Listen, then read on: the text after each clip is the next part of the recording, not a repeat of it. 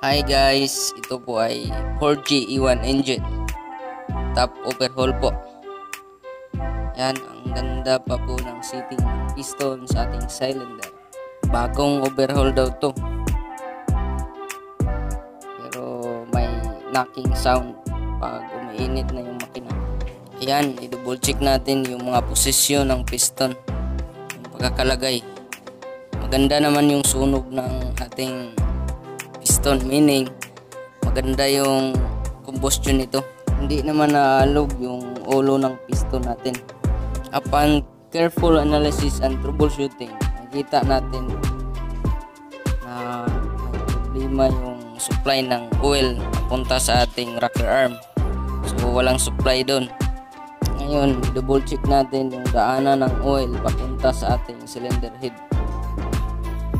Yang mga maliliit na butas na malapit sa ating cylinder, yan ay para sa ating coolant. Ito na yung daanan ng oil papunta sa ating rocker arm sa taas ng ating cylinder. So yan ang titingnan natin.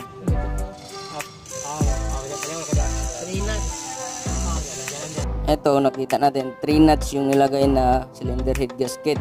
So yung pinakamakapal ang nakalagay na gasket natin ito. Ito, kaya pa itong ibalik itong gasket ito.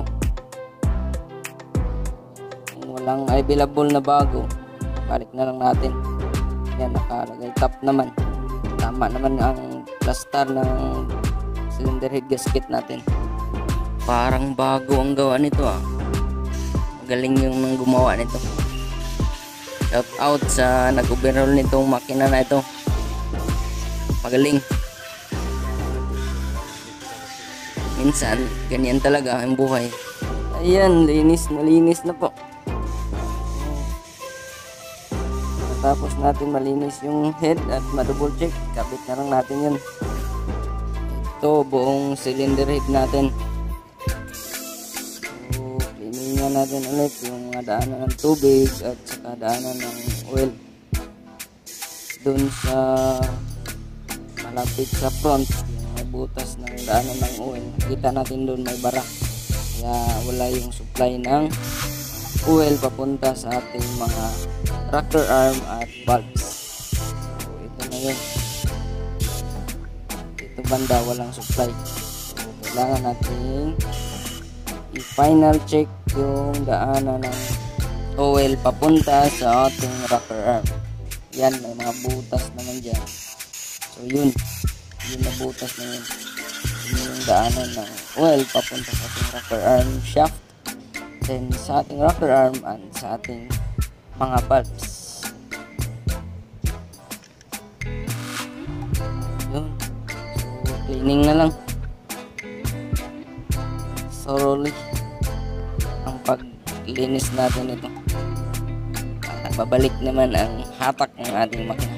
Maayos ang andar at wala nang knocking sound. Yan.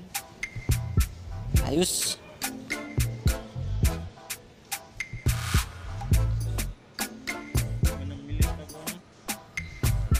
Ito naman yung ating turbocharger intake side. So yan ang sa compressor side. So ito yung sinasabi kong butas na daanan ng oil. Yun, sa unahan may bara po dun. Please don't forget to click like, share, subscribe and comment below. Bye bye.